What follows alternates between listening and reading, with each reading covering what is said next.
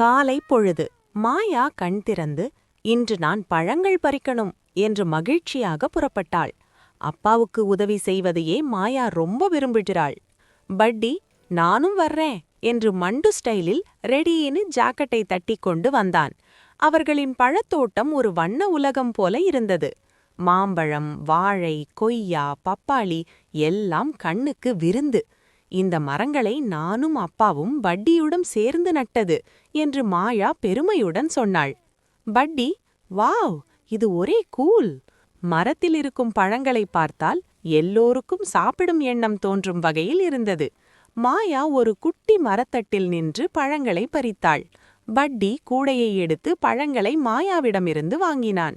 நாம் ஒரு super team என்று இருவரும் சிரித்தார்கள். பழங்களை சுத்தம் செய்யும் நேரம்.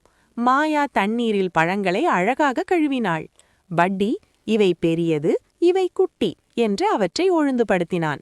வேலை செய்வதும் இவர்களுக்கு பொழுதுபோக்குதான். இப்போது சந்தைக்குச் செல்ல நேரம். மாயா கூடையில் பழங்களை வரிசையாக அடுக்கி சைக்கிளில் வைத்துக்கொண்டு சந்தையை நோக்கி புறப்பட்டாள். பட்டி ஒரு குட்டி கொடியை தன் சைக்கிளில் வைத்து புறப்பட்டது. நாமே விற்பனையாளர்கள் என்று பெருமைப்படுத்திக் கொண்டான். சந்தை முழுக்க சத்தமாயிருந்தது. மாயா தன் பழங்களை அழகாக அடுக்கி போட்டாள். வணக்கம் என்று சிரித்து பேசும் மாயாவை எல்லோரும் விரும்பினார்கள். பட்டி குழந்தைகளுக்கு கையை அசைத்து வாங்க வாங்க என்று அழைத்தான். கஸ்டமர்கள் பழங்களை ருசித்து, அடடா, ரொம்ப சுவையாக இருக்கு என்று சொன்னார்கள். நன்றி மாயா, உங்க தோட்டம் சூப்பர் என்றார்கள். மாயா மனசு மலர்ந்தது. சந்தையிலிருந்து திரும்பிய போது அப்பா மாயாவை அணைத்து கொண்டு, நீ எனக்கு மகளாக கிடைத்ததில் எனக்கு ரொம்ப பெருமை என்றார்.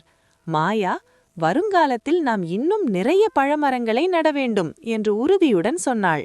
பட்டி, நானும் ஹெல்ப் பண்ணுவேன் என்று கட்டினான். இந்த வீடியோ பிடித்திருந்தால் லைக் பண்ணுங்க, சப்ஸ்கிரைப் பண்ணிட்டு பக்கத்துல இருக்கும் பெல் ஐகானையும் கிளிக் செய்யுங்க. அடுத்த அட்டகாசமான வீடியோக்களுக்கு ரெடி ஆகிக்கிட்டு இருங்க. தேங்க்ஸ் ஃபார் வாட்சிங்.